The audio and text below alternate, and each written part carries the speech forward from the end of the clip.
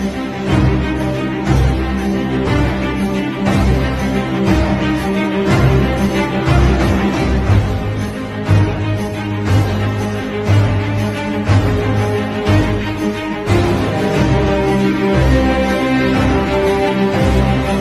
am Maharlika.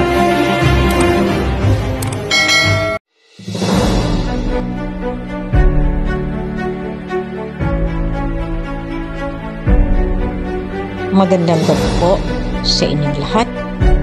This is Queen Helen Abdurrajak. Merong mga maganda na tanawin na kailangan ninyo mapuntahan. Darating ang panahon, talagang mabibisita ninyo ang lugar ng Ligwasan Mars. Ito, isang paraiso. Isang napakagandang tanawin na kung saan napaka-berhen ang kalikasan. Maraming mga ibon na humuhuni ng iba't ibang sounds. Meron ding mga klase-klaseng mga animals na makikita doon na kailanman hindi mo masabi na nawala na ang dinosaur. Doon, maraming klase ng buhaya. Meron yung 5 ang fingers.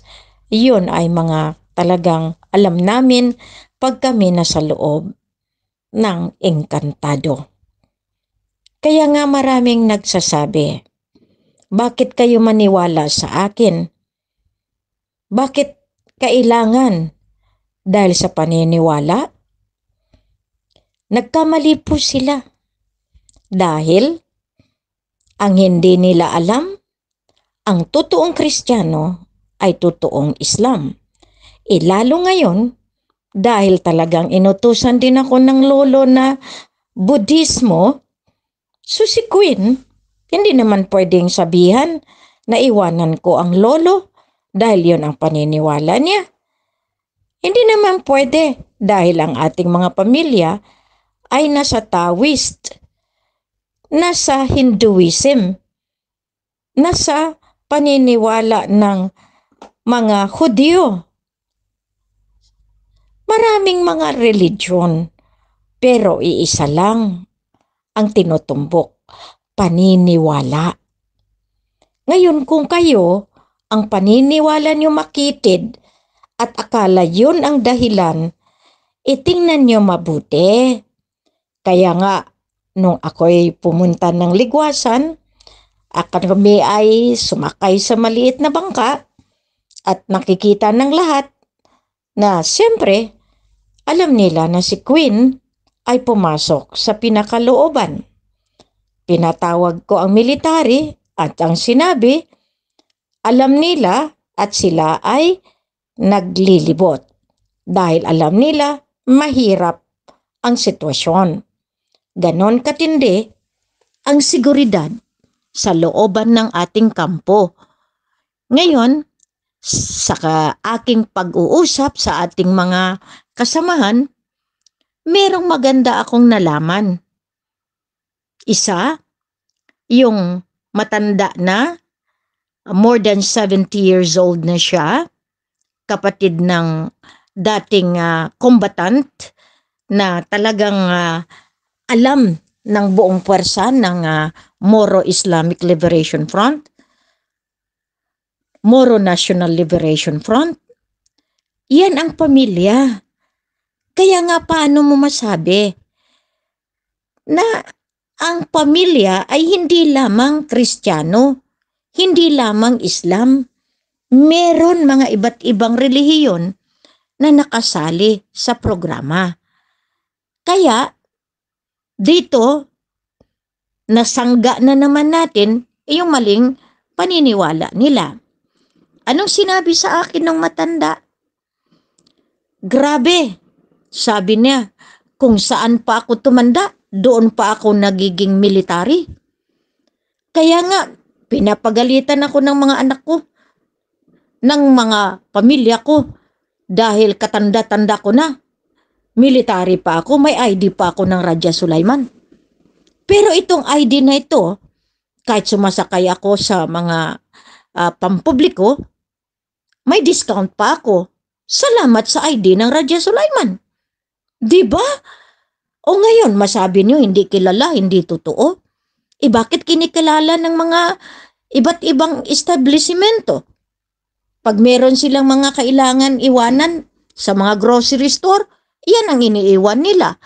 Bakit yung mga ibang Palawan na mga nagbibigay ng paraan para makuha nila ang pera nila sa bangko? Bakit kaya? Ngayon, tanungin ko kayo. Ano nga ba ang patotoo? Sino ang signatory? Yan ang tanong. Ng lahat ng ID na yan. Di ba si Queen? Si King? Simulat sa poll, alam ninyo na merong tinatawag na pamilya. Ngayon sabi niyo lahat kayo pamilya, inakusahan. Meron ba kayong pruweba? Ako na nga ito, tumutulong sa pamilya, maski sila nandoon sa loob ng barm. Alam niyo ba lahat ng opisyalis dyan? Pamilya.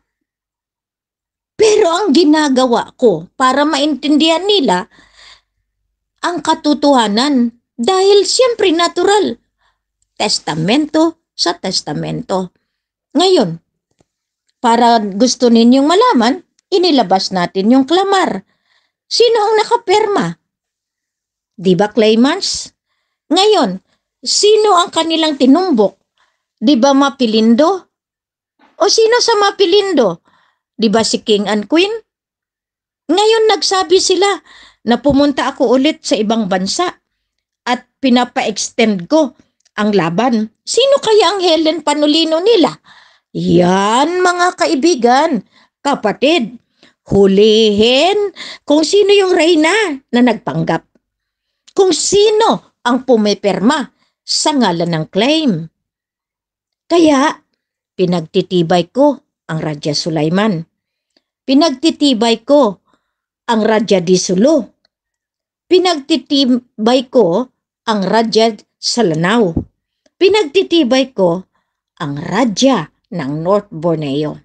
At ngayon, maintindihan nila.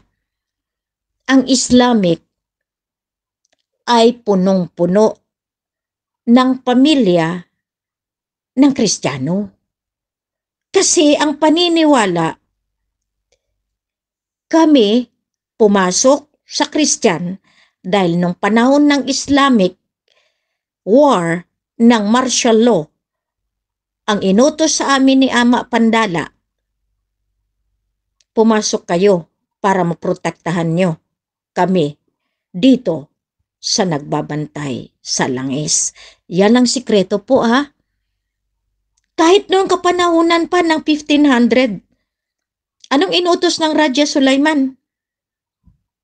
Pasok kayo sa Katoliko kasi papatayin man pag hindi pumasok sa katedral.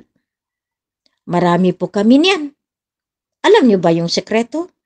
Kaya pasalamat ako doon sa Raja Sulaiman Peacekeeper na ang edad na sa 80 years old, 70 years old, pero ang kikisig, ang liliksi, lalo pa yung matandang babae.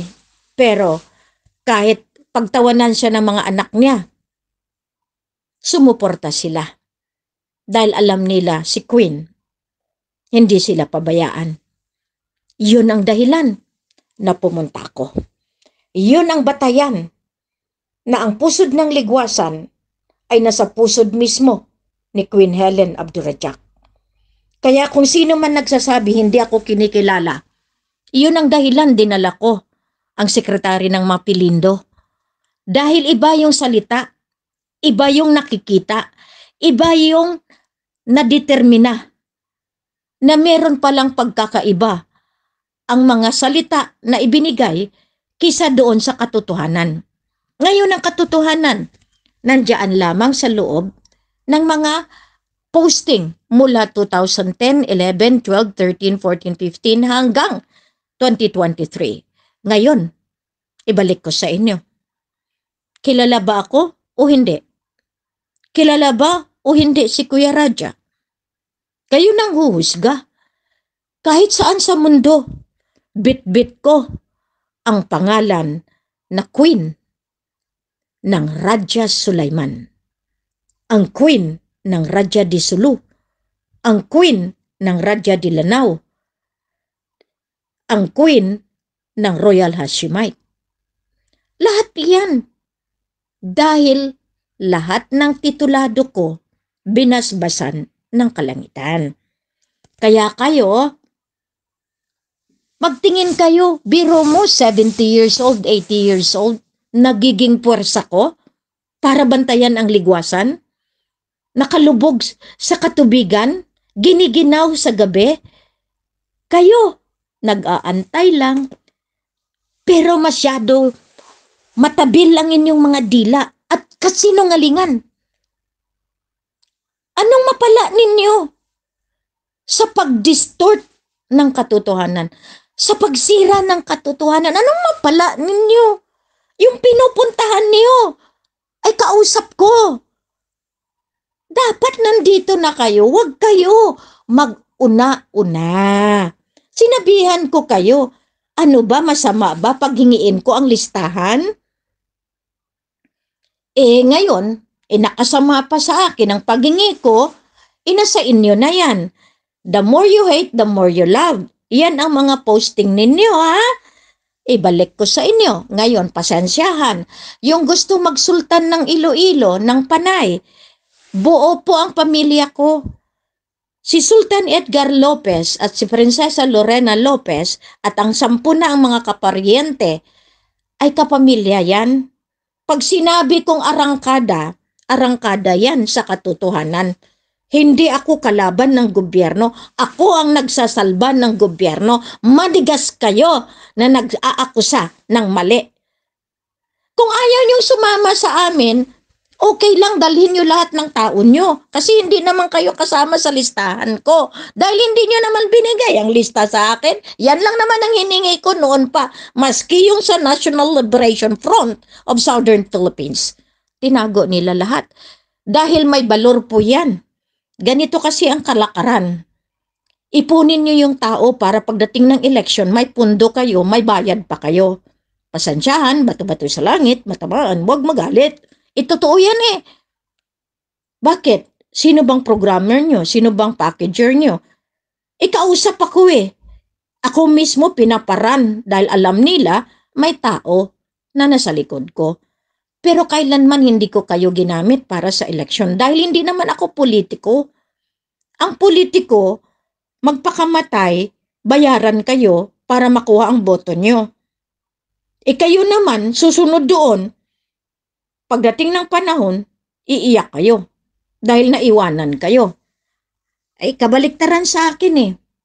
Ako na dapat ang natulungan, pangalan ko, selyo ko, lahat itong programa ko, lahat ng aking mga ginawa, lahat ng mga events, ginamit nila. Ako pa ngayon ang masama. Dahil hindi ako totoo. Kaya ginamit nila. O ngayon, madlang people. Marami dyan, mga vloggers. Kayo na ang magdetermina, kayo nang makinig. Kasi kung tutusin, ang kapaguran ko hanggang langit na. Kung ayaw ninyo sa amin, walang problema. Kaya nga, pasalamat ako. Ako nakaukit sa aking isipan ang sinabi ng matandang puwersa na Raja Sulaiman. Bye. Thank you. Dahil kahit talagang hinaharangan ka ng mga anak mo, talagang nagre-report ka sa kampo. Bye na nagdadala ng pagkain ng ilang taon na nangungutang sa labas. Salamat. Ngayon at least nakita na. Di lang nila alam ang hirap natin sa kahahanap ng makain natin para isustento sa ating mga kasama na puwersa na nagbabantay. Tapos akusahan pa tayo na hindi kinikilala. Hindi talaga kilala kapag pera ang gumana. Yan ang batahan. Yan ang batayan, rather. Yan ang basihan nila. So hindi kami kilala kasi hindi kami naka-news. Nasa news ako, pero sinira din ako. Pero sabi ko nga, negative na publisidad, negative na pag-atake, negative na pagsabi, mas maging positibo kapag ang tao na sinira nila ay punong-puno ng positibo, ng angking kaugalian na hindi kailanman madidistrongkar ang kanilang prinsipyo. Anong prinsipyo na nakuha natin? Magsalita ng totoo dahil diyan makikita nila lahat na wala tayong tinatago sa ating mga sari-sarili. Sila kaya, paano kung maukalkal? Paano kung malaman na sila ay nagkaroon din ng kaso nung mga nakaraang dekada sa gobyerno? Diyan, matakot nga kayo. Hindi ito palakasan. Hindi ito sabi na porke konektado kayo kay General, kayo ay masasalba. Merong paraan, merong dahilan, at meron akong pamamaraan. Dito ngayon, nakita na ng lahat. Mas mapasalamat na ako, lumantad na, kaysa naman pag dumating na ang grasya, saka pa ako bibigyan ng problema. Mas mainam na yon na mawala na kayo dahil sa paniniwala nyo. Lahat po nagsuporta sa inyo, kunin nyo na kasi wala naman akong lista. Okay? Kasi lahat yung listahan, alam ko kasama. Pero since wala kayo sa listahan ko at kasama kayo nila, doon kayo. Kasi ayaw nila Kasi ang sinasabi nila, kailanman hindi sila sasama sa queen. Dahil may queen kayo, labag na yun sa batas. Ang batas ng sovereignty, ibig sabihin, pumupunta lang kayo sa akin para mag-hitch ride, para magkakolekta kayo. Ginamit nyo kami. Double jeopardy. Sinira nyo na yung pagkatao namin, nakakolekta kayo, nakapera kayo. Nasaan ang binigay nyo sa amin? Marami? Ay, nakalista po yan. Yan ang tandaan ninyo. Kahit saan ang sinasabi nangungulekta, ang tanong, naibigay nyo ba sa amin? Yan ang titingnan nyo mabuti. Dahil sa ngayon, kaya kong ungkatin. May records po. Lahat ng pumasok sa bangko ko, lahat po iyan, merong salita, merong pruweba kung saan napunta. O ngayon, titingnan natin lahat ang proseso ng iba kasi dito sinabi ko sa inyo. Sabi, kaaway nila yung pala patalikod, nag-uusap sila. Gagamitin pa ako, kung sinunod ko sila, di ako ang kalabuso. Matindi. Tapos iakusahan, ako pa ang merong nagmamando. Sila nga yung nagmando. Kaso lang, hindi ko sinunod, kaya kinalaban ako. Ay matindi. Ganyan ba talaga ang pag-uugali ng mga taong hinubog sa magandang paraan ng kanilang mga magulang? Tapos sabihan na ako ang nag-akusa? Sila nga dito akusa ng akusa dahil peke. Dahil sila ang totoo. Di sila ng totoo. Kaya nga sinabi ko, kayo ng totoo, kami ng hindi. Pero ang inyong pagkakamali, ginamit nyo pa rin ang pangalan, selyo at listahan na dapat nasa opisina ng Queen. Maraming salamat. Masalam.